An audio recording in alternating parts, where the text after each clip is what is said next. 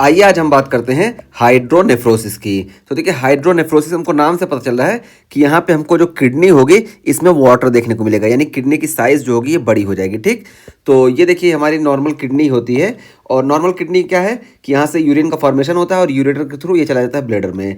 लेकिन कोई कंडीशन ऐसी आती है ना कि जो यूरिन का फॉर्मेशन यहाँ पे हो रहा है ये आगे अब नहीं जा पा रहा है, और जब आगे नहीं जा पाता है ना तो यहाँ प्रेशर ज़्यादा हो जाएगा, और जब यहाँ प्रेशर ज़्यादा होगा धीरे धीरे ये अंदर जो है ब्लॉकेज की वजह से किडनी की साइज़ बड़ी होने लगेगी। इसी को हम बोलते हैं हाइड्रोनेफ्रोसिस। ठीक, तो ये हाइड्रोनेफ्रोसिस हो गया। और देखिए क्या बताया गया कि डिस्टेंशन या dilation of renal pelvis and और कैलिक्स। तो देखिए ये किडनी हमारी है और किडनी में ये वाला हिस्सा जो होता है इसको हम रीनल पेल्विस बोलते हैं, और ये जो होता है ये वाला हिस्सा देखिए ये सब ये हमारा होता है कैलिक्स। देखिए यहाँ पे दिखाया भी गया, ठीक है, तो कैलिक्स। तो ये रीनल पेल्विस और रीनल कैलिक्स ना जब यहाँ से फ्लो आगे नहीं जाएगा, यहाँ पे पूरा ब्लॉकेज हो जाएगा, तो ये प्रेशर ज़्यादा होने की वजह से इसकी साइज़ जो होगी ये बड़ी हो जाएगी। ठीक है, तो पेल्विस की साइज़ बड़ी हो सकती है और पेल्विस के साथ साथ कैलिक्स की भी साइज़ हमको बड़ी देखने को मिल सकती है। अभी हम आगे पूरा फीचर बताते हैं। देखिए यहाँ पे भी दिखाया गया, ये देखिए पेल्विस की साइज़ बड़ी हो गई और ये देखिए कैलिक्स की साइज़ हमको बड़ी देखने को मिली है। ठीक है, तो देखिए यहाँ पे भी यही दिखाया गया। तो देखिए यही है कि डिस्टेंशन या dilation of renal pelvis and calyx और mostly caused by urinary tract obstruction. तो ये मोस्टली होता क्यों, वही हम बताएं कि ये जो यूरिनरी ट्रैक्ट है ना, ये देखिए ये यूरेटर हमारा है, यहाँ से लेके यहाँ तक का जो पूरा फ्लो है इसमें हमको कहीं भी ऑब्स्ट्रक्शन देखने को मिल सकता है। इस वजह से जो यूरिन का फॉर्मेशन वो ये आगे नहीं जाएगा। और यहाँ पे देखिए हम बताएं कि ये ऑब्स्ट्रक्शन ना कई टाइप का होता है। तो देखिए एक यूनिलेटरल ऑब्स्ट्रक्शन होता है जिसमें हमको ना कि ये एक तरफ का जो यूरेटर है इसमें ब्लॉकेज देखने को मिलेगा। तो अगर ये यूनिलेटरल होगा तो हमको सिर्फ एक तरफ की किडनी में हमको हाइड्रोनेफ्रोसिस देखने को मिलेगी। और अगर ये बाइलेटरल हुआ ना, देखिए बाइलेटरल यानी इसके आगे यहाँ से आगे ब्लैडर में कोई परेशानी है या आगे यूरेथ्रा वगैरह में कहीं कोई परेशानी है, तो ये बाइलेटरल होगा, यानी जब यहाँ पे ब्लॉकेज तो ना इधर से फ्लो हो पाएगा ना इधर से फ्लो हो पाएगा। तो इस कंडीशन में हमको बाइलेटरल हाइड्रोनेफ्रोसिस देखने को मिलेगा। ठीक, तो ये चीज़ समझ में आ गई। और उसको फिर देखिए अब हम यूनिलेटरल की बात करें तो देखिए यूनिलेटरल में क्या होता है कि इंट्राल्यूमिनल कॉज होता है और इंट्राम्यूरल कॉज होता है और एक्स्ट्राल्यूमिनल कॉज होता है। इंट्राल्यूमिनल का मतलब क्या है कि ये जो हमारी यूरेटर है ना, यूरेटर के अंदर जो ये ल्यूमन है ना, ल्यूमन में कोई परेशानी जैसे ऑब्स्ट्रक्शन वगैरह देखने को मिले, स्टोन मोस्ट कॉमनली देखने को मिलता है। तो यहाँ पे यूरेटर में ऑब्स्ट्रक्शन हो गया स्टोन की वजह से, ये हो गया ल्यूमिनल कॉज। ठीक है, और ये जो इसकी वॉल है अगर इस वॉल में हमको परेशानी देखने को मिली है ना तो इसको हम बोलते हैं इंट्राम्यूरल। ठीक है, तो ये इंट्राम्यूरल हो गया। और अगर ये बाहर का जो स्ट्रक्चर यहाँ पे ना, ये बाहर के स्ट्रक्चर इसको दबा रहे हैं, पुश कर रहे हैं और इसकी वजह से हमको यहाँ पे ब्लॉकेज देखने को मिल रहा है, तो इसको हम बोलते हैं एक्स्ट्राल्यूमिनल। ठीक है, तो ये तीन तरह के होते हैं। देखिए तीनों के हम एग्जांपल देख लेते हैं। इंट्राल्यूमिनल देखिए रीनल स्टोन जैसे है कि ल्यूमन को ही ब्लॉक कर दिया और मोस्ट कॉमन हमारा यही होता है। और उसके बाद फिर देखिए यहाँ पे हम बात की इंट्राम्यूरल की, तो यानी यहाँ पे हमको वॉल में परेशानी देखने को मिलेगी। और ये देखिए PUJ obstruction, pelvi urethral junction obstruction, तो ये हो गया। और उसके अलावा देखिए transitional cell carcinoma of pelvis या यूरेटर या इसी तरीके से यूरेट्रोसील। और तीसरा देखिए एक्स्ट्राल्यूमिनल यानी जो हमारी वॉल है इसके बाहर, यानी यहाँ पे हमको कहीं देखने को मिलेगा।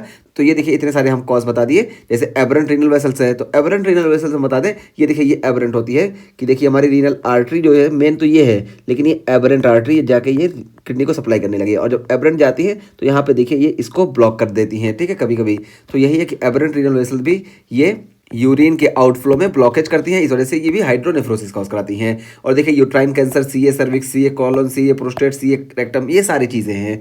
तो ये हम इतने सारे लिख दिए बस समझाने के लिए, ठीक है, कि इन सारी कंडीशन से होता है। और बाइलेटरल में देखिए हमारे बीपीएच है, ब्लैडर आउटलेट ऑब्स्ट्रक्शन है, पोस्टीरियर यूरेथ्रल वॉल्व है और फाइमोसिस और मियोटल स्टेनोसिस है। तो देखिए ये सारे कॉज हैं और हम बताया कि आगे जाके ब्लॉकेज करते हैं, तो इन सारी वजह से हमको देखने को मिलता है। और देखिए यहाँ पे भी वही बताया गया कि रीनल स्टोन, सीवियर बीपीएच, तो देखिए रीनल स्टोन ये देखिए ये एक तरफ का ही मोस्टली कॉज करता है। ठीक है, और देखिए most common acquired cause of hydronephrosis ये रीनल स्टोन ही होता है। और सीवियर बीपीएच है देखिए ये बाइलेटरल हाइड्रोनेफ्रोसिस कॉज करेगा। और कंजेनाइटल ऑब्स्ट्रक्शन जैसे हम बात की पीयूजे ऑब्स्ट्रक्शन, तो ये मोस्टली यूनिलेटरल होता है। और उसके बाद देखिए लोकलाइज्ड एडवांस सर्वाइकल कैंसर, तो इसकी हम बात किए कि ये भी मोस्टली यूनिलेटरल होता है और ये एक्स्ट्राल्यूमिनल कॉज करता है, यहाँ पे एक्स्ट्राल्यूमिनल होता है, इस वजह से ब्लॉकेज करता है। तो ये सब हम बात करके आए।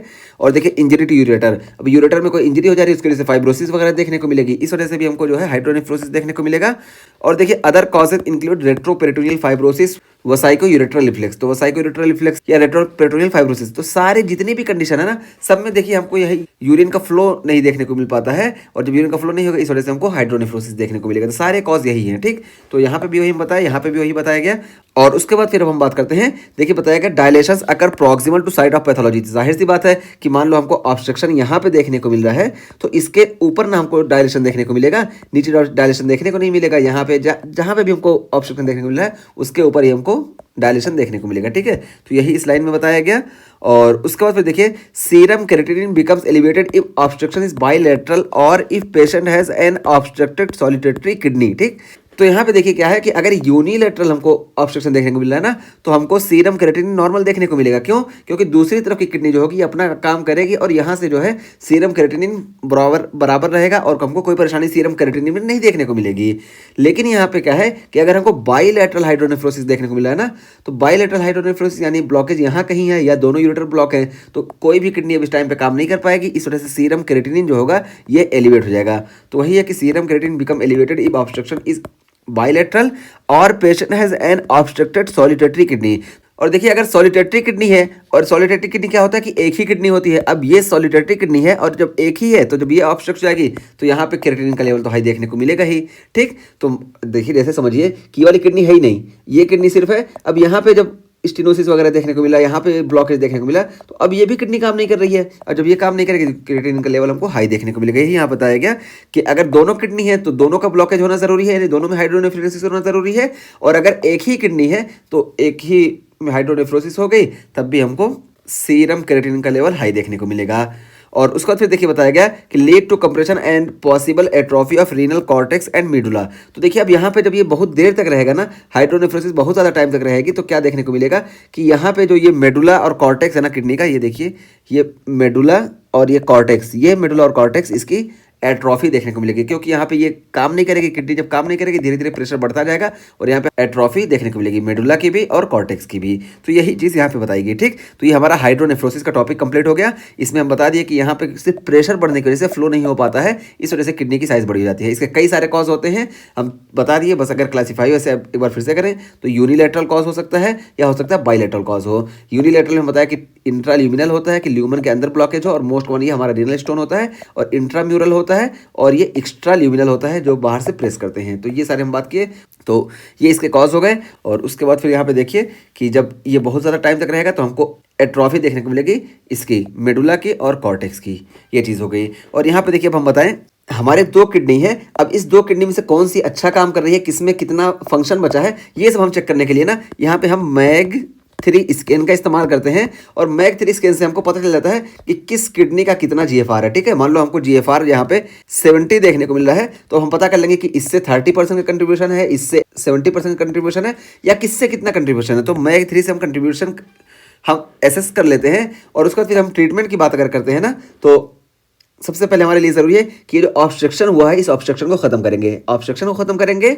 और ऑब्स्ट्रक्शन के बाद भी हम देखेंगे ना कि अगर ये किडनी का फंक्शन मोर देन 20% जीएफआर में है ना, जितना भी जीएफआर है उसमें अगर 20% से ज़्यादा है तब यहाँ पे हम इसको बचाएंगे, कंजर्वेटिव ट्रीटमेंट करेंगे।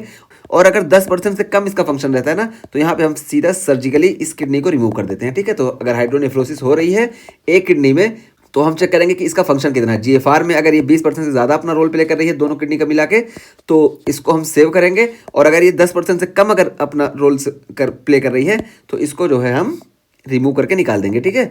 और अगर ये 10 से 20% के बीच में इसका फंक्शन है टोटल जीएफआर में, तो यहाँ पे इसको हम नेफ्रोस्टॉमी करते हैं। और नेफ्रोस्टॉमी के बाद इसको हम मॉनिटर करते हैं। अगर नेफ्रोस्टॉमी के बाद इसमें हमको इम्प्रूवमेंट देखने को मिल रहा है तो इसको हम सेव करते हैं, वरना ये 10 से 20% वाली जो किडनी थी इसको भी हम निकाल देते हैं, ठीक है। तो ये हमारा मैनेजमेंट हो गया। मैनेजमेंट हम सबसे लास्ट में बताएं, बाकी जो हमारा ये चीज़ था ये ज़रूरी था।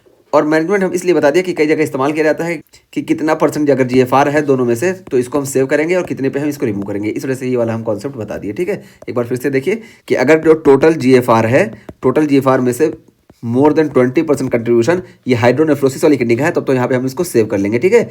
लेकिन अगर इसका कंट्रीब्यूशन लेस देन 10% है टोटल जीएफआर में से, तो इसको हम फौरन रिमूव कर देंगे, ठीक है। तो नेफ्रोक्टोमी कर देंगे। और अगर 10 से 20% के बीच में है तो यहाँ पे इसको हम नेफ्रोस्टॉमी करते हैं और नेफ्रोस्टॉमी करके इसको हम एसेस करते हैं और अगर ये इंप्रूवमेंट देखने को मिलता है तब तो हम इसको सेव करेंगे वरना इसको हम रिमूव कर देंगे, ठीक है, यानी नेफ्रोक्टॉमी कर देंगे। अच्छा, यहाँ पे हमने सारी बात कर लिए, लेकिन हमारा एक चीज़ छूट गया कि इसको हम इन्वेस्टिगेट कैसे करते हैं, ठीक है। तो इन्वेस्टिगेट कैसे करते हैं कि ये हमारा हाइड्रोनेफ्रोसिस केस है, इसके लिए हम इंट्रावेनस यूरेथ्रोग्राम करते हैं। वैसे तो हम अल्ट्रासाउंड में ही देख सकते हैं, ठीक है, अल्ट्रासाउंड में ही हमको किडनी की साइज बड़ी देखने को मिलेगी, लेकिन ये हाइड्रोनेफ्रोसिस है क्या है इसको कंफर्म करने के लिए, ठीक है, पॉलीसिस्टिक किडनी डिजीज है, कोई हो सकता है कोई दूसरी डिजीज हो जिसमें किडनी की साइज बड़ी हो, ये है या ये हाइड्रोनेफ्रोसिस है, इसको कंफर्म करने के लिए हम इंट्रावेनस यूरेथ्रोग्राम करते हैं और इसमें हम डाई इंजेक्ट करते हैं। और जब डाई इंजेक्ट करेंगे ना उसके बाद हम एक्सरे निकालते हैं, तो देखिए एक्सरे पे कुछ इस तरह हमको ये देखने को मिलता है, ठीक है। तो देखिए ये है, और इसमें जो हमारी जो कैलिक्स होती है ना, ये देखिए कैलिक्स, नॉर्मल हमारी कैलिक्स इस तरह होती है, कपिंग होती है कैलिक्स में, देखिए ऐसे ऐसे होती है हमारी कैलिक्स। तो कैलिक्स में नॉर्मली हमको कपिंग देखने को मिलती है, लेकिन जब इधर प्रेशर बढ़ता है ना, तो प्रेशर बढ़ने की वजह से ये कैलिक्स अभी तक जो ऐसे थी अब ये ऐसे होने लगती है, ठीक है। तो देखिए नॉर्मली ऐसे थी, कपिंग थी, अब ऐसे होने लगी, और ज़्यादा प्रेशर बढ़ता है तो कैलिक्स हमारी देखिए ऐसे हो जाती है, ठीक है। तो शुरू में देखिए कैलिक्स हमारी यूं थी, यहाँ पे देखिए ऐसी थी, इसको हम कपिंग बोले, और उसके बाद फिर देखिए ऐसी हुई, और बाद में देखिए हमको क्लबिंग देखने को मिलता है। तो इंट्रावेनस यूरेथ्रोग्राम में हमको क्लबिंग देखने को मिलती है हाइड्रोनेफ्रोसिस के केस में।